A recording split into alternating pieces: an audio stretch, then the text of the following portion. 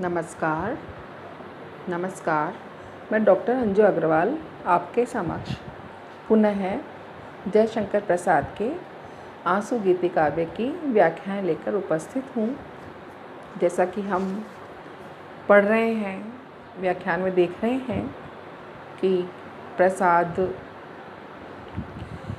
आंसू में, जो कि उनका श्रेष्ठ गीति काव्य है, इसमें इनका महान दार्शनिक, गंभीर और उदात्त चिंतन आया है। अनुभूतिमय भाव व्यंजना की है। अनुभूति भाव व्यंजना में इनके मुक्तक गीतों में कवि का पूरा व्यक्तित्व पूरे सजीलेपन के साथ, विह्वलता के साथ हमारे सामने आता है। इसमें गीतकार के समस्त मधुर गीतों का रागात्मक श्रृंगार होता है और यही गुण हमको आंसू में सर्वाधिक दिखाई देता है। तो आंसू में कवि की अत्यंत मधुर सौंदर्यात्मक प्रतीकों के द्वारा भावों की अभिव्यक्ति हुई है। वास्तव में आंसू एक प्रतीक प्रधान काव्य है और ये प्रतीक प्रसाद के, कवि के भावों के उद्रेक का बड़े ही सजीवता से चित्रण करते हैं।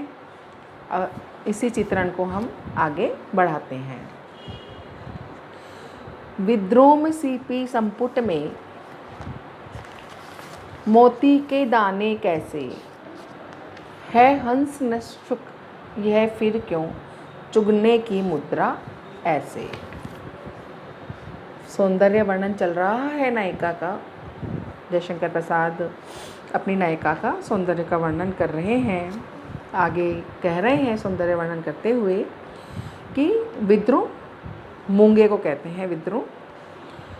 सीपी संपुट में, संपुट जैसे दोनों, जैसे होंठ के दोनों हिस्से, ऊपर के और नीचे के, सीपी, सीपी के आकार का होंठ, जिसमें विद्रुम दांत जो हैं उनके लिए प्रयुक्त हुआ है। मोती के दाने कैसे कह रहे हैं कि उसके मूंगे से बने हुए जो होंठ हैं, सीपियां हैं, उसमें, उसके संपुट में, उन दोनों होंठों के बीच में मोती के दाने कैसे हैं, अर्थात बहुत ही सुंदर शुभ्र दांत जो है वो मोती के दाने जैसे दिखाई दे रहे हैं। कि ऐसे मूंगे से बने हुए सुंदर लाल लाल होंठों के बीच में ये मोती के दाने कैसे आ गए। है हंस न शुक यह फिर क्यों चुगने की मुद्रा ऐसे। और नाक, नासिका के लिए, नाक के लिए ये प्रतीक प्रयुक्त कर रहे हैं कि इन सीपी जैसे होंठों के अंदर जो मोती जैसे दाने हैं, उन दानों को चुगने के लिए ये जो नासिका, जो कि शुक जैसे उसके ऊपर बैठे हुए हैं, कि वास्तव में यह ना तो हंस है जो कि मोतियों को चुगता है, और ना ही यह शुक है, तोता है। तोता अनार के दानों को खाता है, तो यहाँ पर हम ये भी कल्पना कर सकते हैं कि ये जो नासिका रूपी तोता इन होंठों के ऊपर बैठा है, यह इन मुक्ताओं को कैसे चुग सकता है, अर्थात ये तो वहाँ से हिल ही नहीं सकता है। तो इतने सुंदर जो दांत हैं, मोती जैसे दांत हैं, इनको यह हंस चुग नहीं सकता। तो चुग नहीं सकता तो इनका हास्य, इनकी उज्ज्वलता, इनका सौंदर्य ऐसे ही बरकरार रहेगा। तो यहाँ पर मधुर हास्य का सुंदर वर्णन कवि ने किया है। विकसित सरसिज वन वैभव मधुषा के अंचल में, उपहास करावे अपना जो हंसी देख ले पल में। कवि यहाँ पर आगे वर्णन करते हुए कह रहे हैं, विकसित सरसिज वन वैभव, सरसिज कहते हैं कमल को, वन वैभव मधु उषा के अंचल में, कि नायिका का जो सौंदर्य है, उसके यौवन का जो सौंदर्य है, वह मधुकालीन वसंत ऋतु के उषा के प्रातःकाल के अंचल में हुआ है। जैसे कमल का वैभव कमलों की क्यारी या बहुत से जो कमल हैं वो प्रातःकाल में उषा का सानिध्य प्राप्त करके खिलते हैं, वैसे ही प्रियतमा जो है उसका कमल जैसा यौवन, सौंदर्य, वन वैभव जो है प्रातःकालीन मधु की बसंत ऋतु के प्रातःकाल के आंचल में विकसित हुआ है। उपहास करावे अपना जो हंसी देख ले पल में, कि प्रातःकाल में जैसे जो कमल विकसित होते हैं मधु के समय के, बसंत ऋतु के कमलों का जो वैभव जो कि हमें अति सौंदर्यशाली लगता है, कभी आगे कह रहे हैं कि वो कमल का वैभव भी, सौंदर्य भी अगर नायिका की हंसी को देख ले, उनकी प्रियतमा की हंसी को देख ले, तो वह भी अपना उपहास करवाएगा, अपनी मजाक उड़वा लेगा। कहने का आशय यह है कि बहुत सुंदरता से परिपूर्ण कमल का सौंदर्य जो कि बसंत ऋतु में दिखाई देता है, उससे पूरा वन वैभव का सौंदर्य, पूरे वन में वैभव लग जाते हैं, चार चांद लग जाते हैं। ऐसा सौंदर्य भी अगर उस प्रियतमा की हंसी के सौंदर्य को देख ले तो उसका भी उपहास हो जाएगा, उसको भी संकोच होगा, उसको भी शर्म आ जाएगी। तो यहाँ पर व्यतिरेक अलंकार जो है उसका प्रयोग करके जयशंकर प्रसाद ने नायिका की हंसी को सौंदर्य प्रदान किया है कि नायिका की जो हंसी है उसका सौंदर्य बसंत ऋतु में खिले हुए कमल से भी अधिक है। मुख कमल समीप सजे थे, दो किसलय से पुरइन के, जल बिंदु सदृश ठहरे कब, उन कानों में दुख किनके। अब यहाँ पर कह रहे हैं आगे बढ़ करके, मुख कमल समीप सजे थे, दो किसलय से पुरैन के, पुरैन कहते हैं कमल को, किसलय कमल के पत्ते, नव अंकुरित पत्ते, जल बिंदु सदृश ठहरे कब, उन कानों में दुख किनके। नायिका के कानों की उपमा इन्होंने कमल के पत्तों से दी है। बोल रहे हैं कि मुख रूपी कमल के पास ही नायिका के दो सुंदर कमल के पत्तों के समान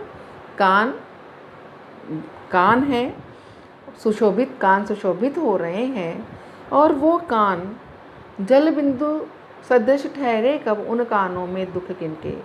उन कानों में जैसे कमल के पत्तों पर जल के बिंदु नहीं ठहरते हैं, वहाँ से उतर जाते हैं, फिसल जाते हैं, वैसे ही नायिका के भी कमल के पत्तों जैसे कानों पर किसी के वेदना के स्वर नहीं ठहरते हैं।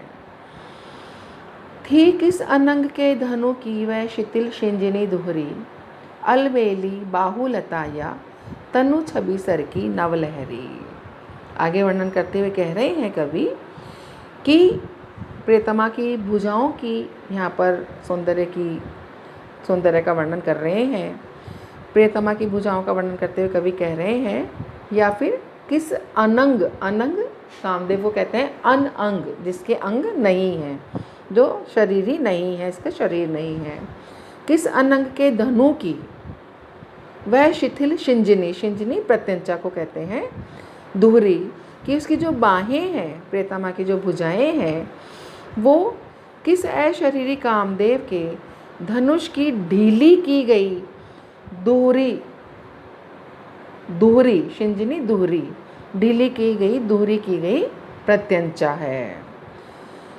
अलबेली बाहुलता या तनु छवि सर की नवलहरी, कि वो कोई सुंदर बाहों की लताएं हैं, बाहु ये जो हैं वो लताएं हैं, अथवा तनु छवि सर की नवलहरी, या फिर शरीर रूपी सरोवर से उठने वाली कोई नवीन जल की लहरें हैं। अर्थात प्रिय की जो बाहें हैं वो नवीन लहरों के समान सुंदर छवि लिए हुए हैं। तो यहाँ पर प्रियतमा की छवि का वर्णन कवि ने अनेक प्रकार से किया है। कामदेव जो हैं उनकी जो डोरी है, प्रत्यंचा है, उस प्रत्यंचा की डोरी से एक नवीन सी उपमा उन्होंने नायिका की भुजाओं के लिए दी है। उपमा, उल्लेख, रूपक, अलंकार इसमें प्रयुक्त हुआ है। चंचला स्नान कर आवे, चंद्रिका पर्व में जैसी, उस पावन तन की शोभा, आलोक मधुर थी ऐसी। ये बोल रहे हैं कि नायिका का सौंदर्य कैसा लग रहा है, जैसे चंचला। चंचला किसको कहते हैं? बिजली को। चंचला स्नान कर आवे, चंद्रिका पर्व में जैसी। चंद्रिका पर्व कहते हैं हम, जैसे चंद्रमा जिस समय अपनी चांदनी बिखेरता है, चांदनी बिखेरता हुआ जो चंद्रमा है, तो यहाँ पर चंचला जो बिजली है वो तो अपने आप में तेज लिए हुए है। तेज लिए हुए बिजली, चंद्रमा जो कि शीतलता का प्रतीक है, पूर्ण चांदनी, चंद्रिका पर मतलब पूर्ण चांदनी लिए हुए चंद्रमा कि वो नायिका जो है उसका जो पावन तन की जो शोभा है वो ऐसे लग रही है मानो बिजली ने चंद्रिका के चांद की रोशनी में स्नान कर लिया हो।